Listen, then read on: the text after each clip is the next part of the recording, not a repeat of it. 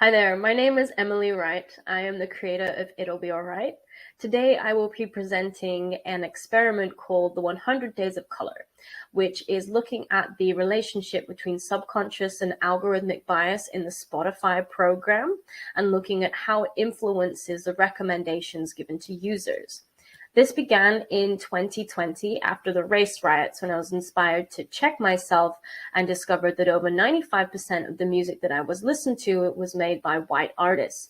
This surprised me because I'd never taken into account the race of the people that I listened to, and I understood that this high white trend resulted because of feedback loops, where the program was recommending music based on my history, and I was using the recommendations to find new music.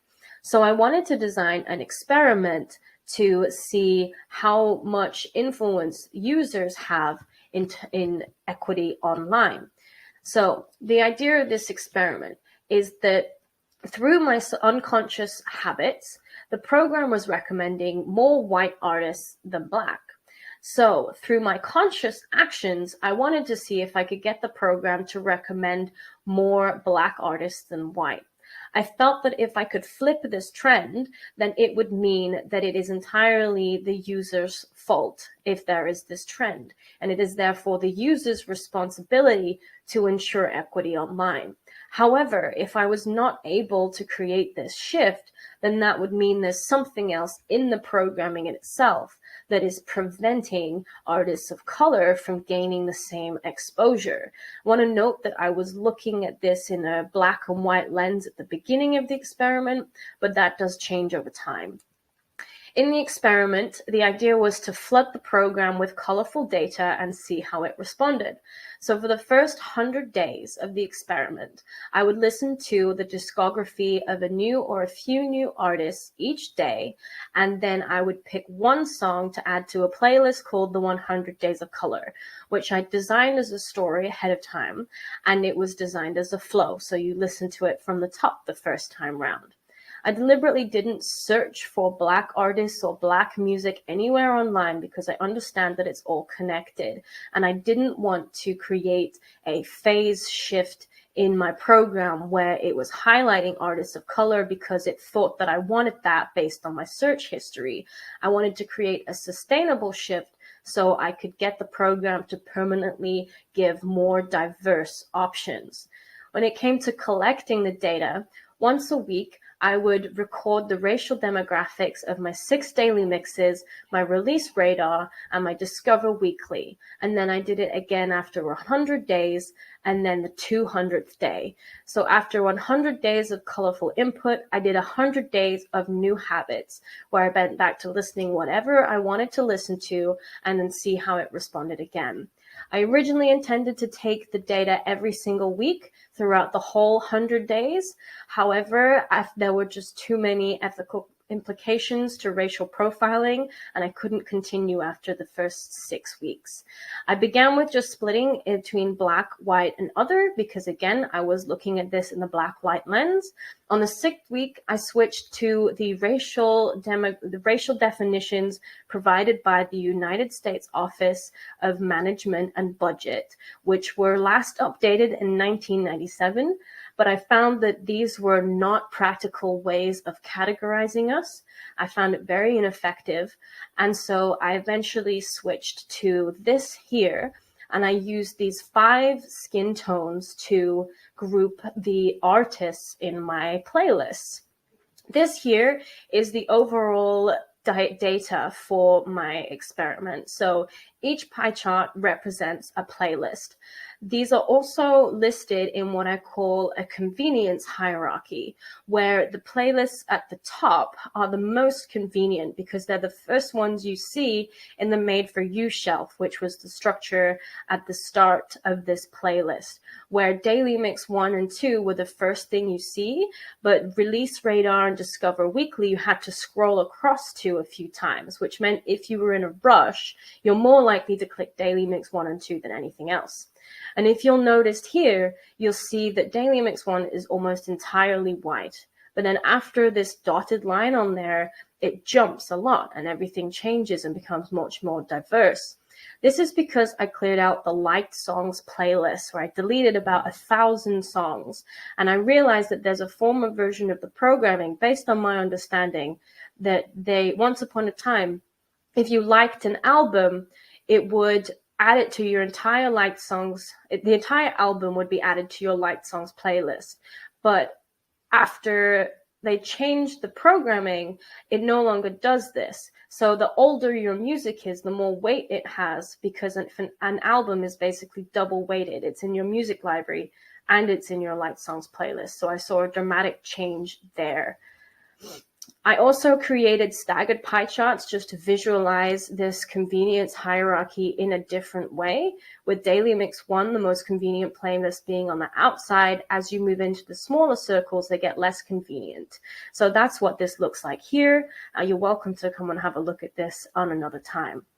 I was very curious about how Spotify designed their playlists, and I came across a concept called algotorial filtering, which is basically a combination of human and computer input, where the humans will provide the base songs for playlists, but the program will select a few of those songs for each individual user based on their history. So the idea is everyone can access the same playlist, but it looks different for everyone else.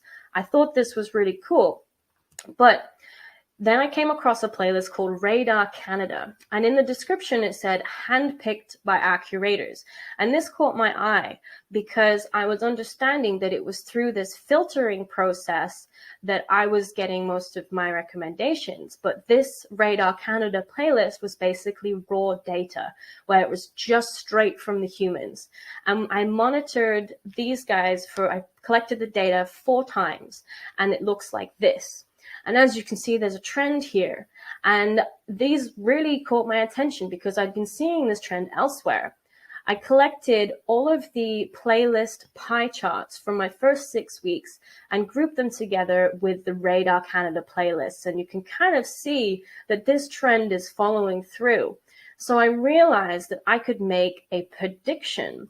And this prediction was to the racial demographic of Spotify, because the curators set the baseline of the recommendations. They provide the program with all of the core content.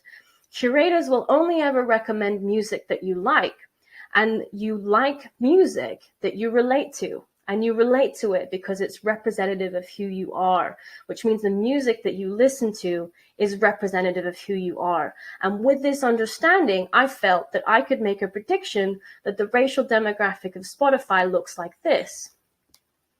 So after making this prediction, I did some investigating into the Spotify website and discovered that they provide their ethnicity data for the United States online.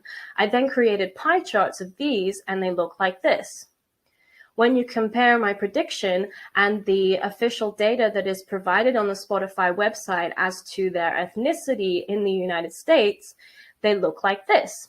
So, by monitoring the way the algorithms recommended music based on race, I was able to correctly identify the racial demographic of the people who programmed the algorithms.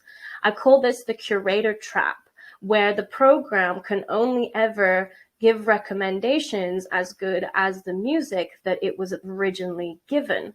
So this is kind of a flow that I demonstrated here, just showing how each people design a set amount of playlists and music, and then the program can only ever use the music it's been given. So where else can we see this? We've seen this pattern in facial recognition software as well. And facial recognition software also uses convolutional neural networks. So Spotify uses this too. It's a system of filtering to identify audio and visuals. So basically, there is nothing that's exempt from algorithmic bias in all of our online digital existence.